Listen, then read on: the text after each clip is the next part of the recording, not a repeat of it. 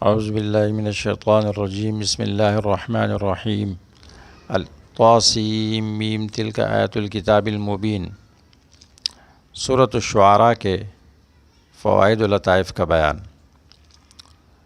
سورت کی ابتدا قرآن کریم کی تذکرے سے ہوئی ہے، تلک آیات الکتاب المبین، اور اختتام بھی قرآن کے تذکرے پر ہوا ہے، وَإِنَّهُ لَتَنزِيلُ رَبِّ الْعَالَمِينَ۔ اسی طرح سورت کی ابتدا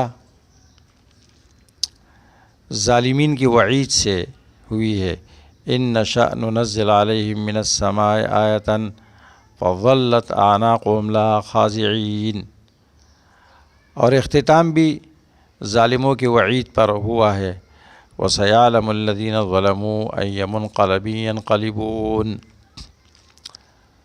شروع میں کہا کہ اگر ہم چاہے ایسی نشانی اتار لے کہ ان ظالموں کی گردنیں جھک جائیں گی، ان کے سامنے ماننے پر مجبور ہو جائیں گے، اور آخر میں ارشاد فرمایا کہ عن قریب ظالمین جان لیں گے کہ وہ کس طرف پلٹ کے جا رہے ہیں۔ اس میں یہ بات ثابت کی جاتی ہے، ابتدا بھی قرآن سے اختتام بھی قرآن سے، کہ قرآن کریم ہی حق ہے اور اس کے سوا جو ہے وہ باطل ہے۔ قرآن کریم حق ہے اپنے اخبار میں بھی، قرآن کریم حق ہے اپنے دعوت میں بھی، قرآن کریم حق ہے اپنے بیان میں بھی، قرآن کریم حق ہے اپنی مثالوں میں بھی، اور قرآن کریم حق ہے اپنی تمام آیات میں، تمام آیتوں میں بھی، اس لیے کہ یہ حق سبحانہ و تعالیٰ کی طرف سے نازل ہوئی ہے۔ جہاں تک شعراء کا تعلق ہے تو اکثر و اغلب یہ گمراہ لوگوں پر مشتمل ہوتی ہے اور ظالموں پر، ان میں اکثر گمراہ و ظالم ہوتے ہیں۔ وہ اپنے شعر و شاعری کے اس ملکے کو غیر حق میں استعمال کرتے ہیں۔ کیا کرتے ہیں کہ شعر و شاعری کرتے ہیں اپنے مفاد کے لیے، کسی کی تعریف، کسی کی مذمت، عشق معشوقی، عورتوں کے اوصاف اور فضول اپنی صلاحیت کو خراب کرتے ہیں۔ سورت کا بنیادی محور خطورت وسائل الاعلام، ذرائع ابلاغ کا خطرناک ہونا۔ ذرائع ابلاغ میڈیا، اس کی بہت بڑی اہمیت ہے، اس زمانے میں بھی تھی اور آج بھی ہے۔ میڈیا کی جنگ، اس میں الحاد اور اسلام کی جنگ ہے، اس میں ایمان و مادیت کی جنگ ہے، اور دجالیت و اسلام کی جنگ ہے۔ اس لیے اہل علم کو چاہیے کہ وہ میڈیا کا درست استعمال کرے، حق کے لیے اس کو استعمال کرے۔ جیسے اس زمانے میں شعر مؤثر ذریعہ تھا بات پہنچانے کے لیے، اس زمانے میں میڈیا ہے، اور اس میں اتنی ترقی ہوئی ہے کہ منٹوں میں، سیکنڈوں میں آپ کے زبان سے نکلی ہوئی بات وہ دنیا کے دوسرے کونے تک پہنچ جاتی ہے، مشرق سے مغرب تک، شمال سے جنوب تک، آپ کی لکھی ہوئی بات اور آپ کی کہی ہوئی بات۔ اس لیے بڑی احتیاط کے ساتھ اور دین کی ترجمانی کے لیے اور الحاد پر ضرب کاری کے لیے اس کو استعمال کرنا چاہیے۔ سورت کے موضوعات، نمبر 1، اس سورت نے ان مشکلات کو پیش کیا ہے جن کے ساتھ انبیاء علیہ السلام کو سامنا کرنا پڑا۔ انبیاء علیہ السلام کو جن مشکلات کا سامنا کرنا پڑا ہے، اس سورت نے اس کو ذکر کیا ہے۔ پہلے سب سے زیادہ مضبوط، طاقتور کو، اور پھر اس سے کم، اور پھر اس سے کم۔ سب سے پہلے موسیٰ علیہ السلام کو پیش کیا ہے، کیونکہ موسیٰ علیہ السلام روئے زمین کے سب سے بڑے سرکش کے ساتھ اس کا واسطہ پڑا تھا، اس کا سامنا کرنا پڑا تھا۔ وہ سرکش جس نے الوہیت کا دعویٰ کیا اور جس نے لوگوں کو وہ سزائیں دی کہ اس سے پہلے کسی حکمران نے لوگوں کو اس طرح کی سزائیں نہیں دی، اس لیے قرآن نے ذکر کیا ہے وَفِرْعَوْنَ ذِی الْأَوْتَادِ، فرعون میخوں والا، لوگوں پر میخیں ٹوکتا تھا اور سلیوں پر چڑھاتا تھا۔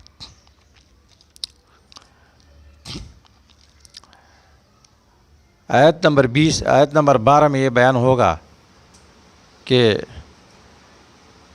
اللہ کے انبیاء میں، رسولوں میں سب سے زیادہ موسیٰ علیہ السلام کو خوف کا سامنا کرنا پڑا۔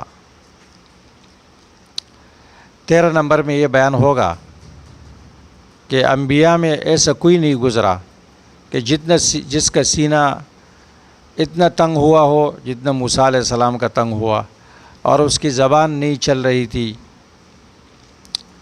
وَلَا يَنْطَلِقُ لِسَانِي فَيَضِيقُ صَدْرِي وَلَا يَنْطَلِقُ لِسَانِي، یا اللہ میرا سینہ تنگ ہوگا اور میری زبان نہیں چلے گی۔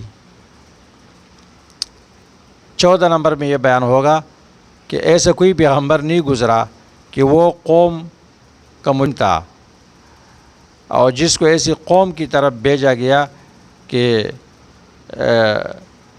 وہ قوم کا مجرم تھا اور اس کو مکلف بنایا گیا کہ اس قوم کو دعوت دو۔ یہ صرف موسیٰ علیہ السلام تھے۔ 14 نمبر آیت نمبر 15، 16، 17 میں یہ بات بیان ہوگی کہ اللہ تعالیٰ نے موسیٰ علیہ السلام کو ایک بہت بڑے مہم کا مکلف بنایا۔ وہ کیا تھا؟ بنی اسرائیل کو فرعون سے چھڑاؤ اور لے جاؤ۔ 29 نمبر آیت میں اس کا بیان ہے کہ فرعون نے موسیٰ علیہ السلام کو جیل کی دھمکی دی، یعنی اس زمانے کے فرعونوں نے بھی جیلوں کو بھر دیا تھا، اور اس نے موسیٰ علیہ السلام کو بھی یہ دھمکی دی کہ میں بھی آپ کو جیل میں بند کر دوں گا، آپ اس میں گلتے سڑتے رہیں گے۔ آیت نمبر 42 اور 42 سے لے کر 37 تک اس بات کا بیان ہے کہ فرعون نے موسیٰ علیہ السلام کے خلاف جادوگروں سے مدد طلب کی۔ آیت نمبر 53-56 میں اس کا بیان ہے کہ فرعون نے ایک اعلانیہ جنگ کے ذریعے مدد طلب کی۔ 61-62 نمبر میں اس کا بیان ہے اختتام میں کہ فرعون نے پھر موسیٰ علیہ السلام اور اس کے ساتھیوں کو قتل کرنے کی ٹان لی۔ آیت نمبر 116 میں پھر نوح علیہ السلام کا قصہ شروع ہوتا ہے کہ اس کی قوم نے ان کو رجم کرنے کی دھمکی دی۔ پھر آیت نمبر 136، 138 میں ہود علیہ السلام کا قصہ ہے کہ ہود علیہ السلام نے اپنی قوم کو چیلنج کیا، اللہ کی قدرت، اس کی قوم نے اللہ کی قدرت کو چیلنج کیا اور اللہ کے ساتھ کفر کیا۔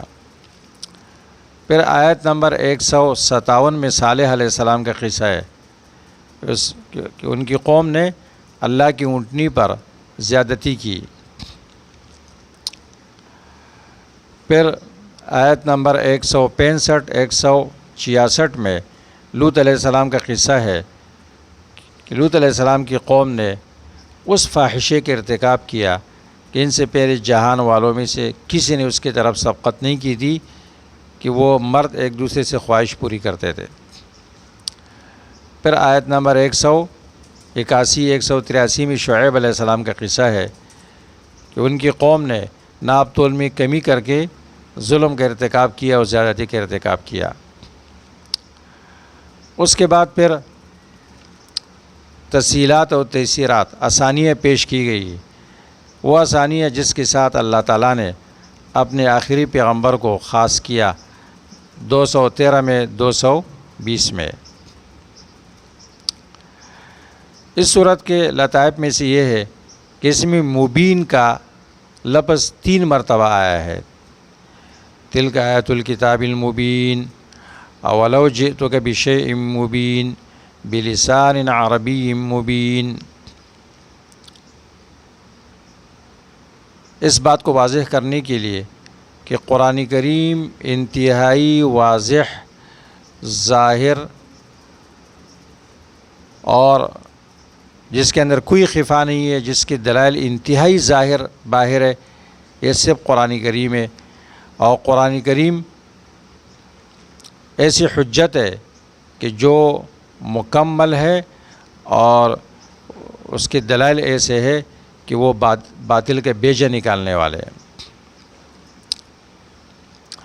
قرآن کے بیان میں گول مول نہیں ہوتا ہے، وہ بالکل واضح ہوتا ہے، مبین واضح ہے، مبین واضح کرنے والی ہے، لازم متعدی دونوں معنی۔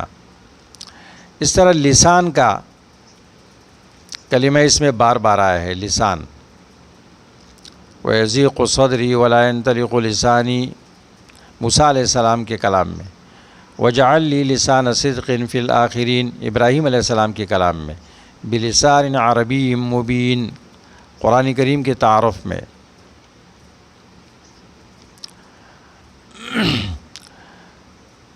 یہ لسان کا لفظ اس بات کی اہمیت کو واضح کرتا ہے کہ کلام، زبان سے نکلنے والی کلام کی بہت تاثیر ہوتی ہے نفوس میں۔ اس لیے کلام، زبان یہ بڑے اہمیت کا حامل ہے، اور انسان کو اپنا کلام درست اور خیرخواہ انداز میں کرنی چاہیے، اور اللہ کی دعوت کے لیے اس کو استعمال کرنا چاہیے، کسی کی ذات کو مجروح کرنے کے لیے نہیں، اور کسی کے دل کو زخمی کرنے کے لیے نہیں۔ اسی طرح سورت میں قوت ایمان کی فضیلت جب وہ دلوں کے بشاشت کے ساتھ مل جاتی ہے، ایمان کی بشاشت جب دلوں میں بس جاتی ہے تو اس کے اندر انتہائی طاقت پیدا ہو جاتی ہے، پھر وہ شخص ناقابل تسخیر ہو جاتا ہے۔ یہ بات جادوگروں کی حالت سے واضح ہوگی کہ آپ تقابل کریں ایمان لانے سے پہلے جادوگروں کی حالت کا اور ایمان لانے کے بعد جادوگروں کی حالت کے ساتھ پہلی حالت کا تقابل کریں۔ ایمان لانے سے پہلے وہ دنیوی اجر کے طلبگار ہے اور بادشاہ کے مقرب بننے کے طلبگار ہے۔ آیت نمبر 41، إِنَّ لَنَا لَأَجْرًا إِن كُنَّا نَحْنُ الْغَالِبِينَ، پہلے دنیا پرست ہے، لیکن ایمان لانے کے بعد قتل کی دھمکی کے باوجود اور سخت سزا کی دھمکی کے باوجود وہ ثابت قدم رہے اور بالکل نہیں ڈرے، اور مقصد صرف ثواب آخرت اور رحمان کا قرب چاہ رہے۔ اب فرعون کا قرب نہیں، رحمان کا قرب۔ آیت نمبر 50۔ سورت میں قرآن کریم کا تعارف کرایا گیا ہے، تفصیلی تعارف قرآن کریم کا۔ وَإِنَّهُ لَتَنزِيلُ رَبِّ الْعَالَمِينَ نَزَلَ بِهِ الرُّوحُ الْأَمِينُ عَلَى قَلْبِكَ لِتَكُونَ مِنَ الْمُنذِرِينَ بِلِسَانٍ عَرَبِيٍّ مُبِينٍ، یہ قرآن کا تعارف ہے۔ رب العالمین کی طرف سے نازل ہوئی ہے، جتنے رب العالمین بڑے ہیں اتنی ان کی کتاب بڑی ہے۔ نزل بہ الروح الامین، افضل فرشتے کے ذریعے نازل ہوئی جبریل علیہ السلام ہے، کائنات کے افضل انسان پر اور اس کی جسم کے افضل ٹکڑے پر، علی قلب اطہر، اور مقصد کیا ہے؟ انذار۔ کائنات کے بہترین زبان میں نازل ہوئی ہے، افضل زبان وہ عربی زبان ہے، افضل زبان علی الاطلاق وہ عربی زبان ہے، جس کے انتخاب اللہ تعالیٰ نے اپنے آخری کتاب کے لیے کیا۔ یہ الگ بات ہے کہ ہم لوگ انگریزی سے متاثر ہوتے ہیں، یا وہ مسلط کی گئی ہے، یا ہم مجبور ہے، لیکن افضل زبان عربی ہے، ہماری دین کی زبان ہے، قرآن کی زبان ہے، پیغمبر کی زبان ہے، اسلام کی زبان ہے، اور جنت کی زبان ہے۔ اسی طرح صورت میں یہ بات بیان کی گئی کہ شیاطین کس پر نازل ہوتے ہیں۔ هل ننبئکم علی من تنزل الشیاطین تنزل علی کل افاک اثیم، افاک اثیم بڑی جھوٹے پر اور گناہگار پر نازل ہوتے ہیں۔ اس لیے یہ کاہن قسم کے لوگ ہوتے ہیں، جادوگر، یہ انتہائی جھوٹ بولتے ہیں اور بڑے بڑے گناہوں کا ارتکاب کرتے ہیں، اتنے گناہوں کا ارتکاب کرتے ہیں کہ خود شیطان سے بھی آگے گزر جاتے ہیں۔ تب شیاطین یلقون السمع واکثرهم کاذبون، کچھ باتیں ان کو بتا دیتے ہیں جو انہیں چوری چھپی سنی ہوتی ہے۔ سورت سے یہ بات بھی معلوم ہوتی ہے کہ تبلیغ کی ابتدا اپنے رشتہ داروں سے، اپنے گھر سے پہلے ہونی چاہیے۔ وَأَنذِرْ عَشِيرَتَكَ الْأَقْرَبِينَ۔ سورت کے آخر میں ظالموں کو بڑی دھمکی ہے، فَسَيَعْلَمُ الَّذِينَ ظَلَمُوا أَيَّ مُنقَلَبٍ يَنقَلِبُونَ۔ اور اسی طرح سورت کے آخر میں ایمان و عمل صالح والے شعراء جنہوں نے حق کا دفاع کیا، ان کی تعریف ہے۔ حسان بن ثابت رضی اللہ تعالیٰ عنہ، کعب بن مالک رضی اللہ تعالیٰ عنہ، کیونکہ ان کی زبان شاعر کا قلم کبھی وہ کام کرتا ہے جو تلوار نہیں کر سکتی، جو کام تیر اور تلوار کرتا ہے وہ شاعر کی زبان اور شاعر کا قلم کرتا ہے۔ یہ بھی جہاد باللسان ہے۔